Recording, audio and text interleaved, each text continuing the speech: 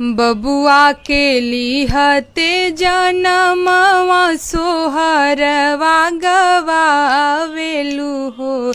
ए माई बबुनी के लिहते जनमवा मनवा काहे थोर कैलू हो। ए माई बबुनी के लिहते जनमवा मनवा काहे थोर कैलू हो। जी हाँ दोस्तों, जैसे कि आप जानते हैं कि नेहा सिंह राठौर एक लोक गायिका है और अपने गायकी के माध्यम से तरह तरह के मुद्दाओं उठाते रहते हैं और लोगों को मनोरंजन भी करते रहते हैं। तो ये गाना हम आपको पूरा सुनाएंगे, लेकिन उससे पहले दोस्तों हम आपसे निवेदन करना चाहते हैं कि आप हमारे चैनल को सब्सक्राइब कर लें, प्यारा सा बेल बटन दबा दें ताकि हम इसी तरह से नेहा सिंह का गाना सुनाते रहें। दोस्तों हम आपको बता दें कि नेहा सिंह राठौर हर तरह का गाना गाते हैं, चाहे वो लोकगीत हो या फिर अपने गाने के माध्यम से गरीबों की आवाज हो। हर वो गाना उठाती हैं जिससे जनहित में लाभ मिलता हो। तो चलिए सुनाते हैं ये नेहा सिंह का गाना। बबुआ के लिहते जनमवा सोहरवा गवावेलू हो।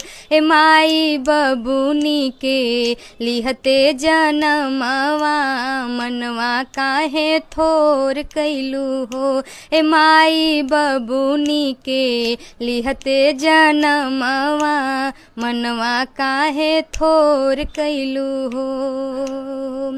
कोखिया भीतर से धियरिया मन ही मने झन खेली हो। ए ललना जब हम जइबे बाबा के देसवा त माई अखिया लोर होई है हो। ए माई बबुनी के लिहते जनमवा मनवा काहे थोर कैलू हो। अरे बबुआ के सोने के पालनवा बबुनिया खाट और कैलू हो। ए ललना बबुनी जीते मेडल पे मेडल की दुनिया में शोर भैले हो। ए माई बबुनी के लिहते जनमवा मनवा काहे थोर कैलू हो। कवने कारण माई भेद कैलू भेदवा बतावना हो। ए माई बबुआ से कमना बबुनिया सोहरवा गवावना हो।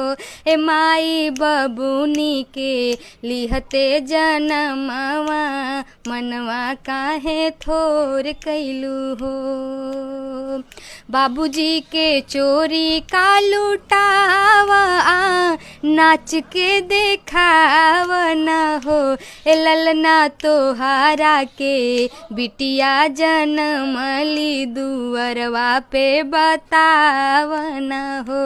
ए ललना तोहारा के धियरी जनमली दुअरवा पे बतावना हो।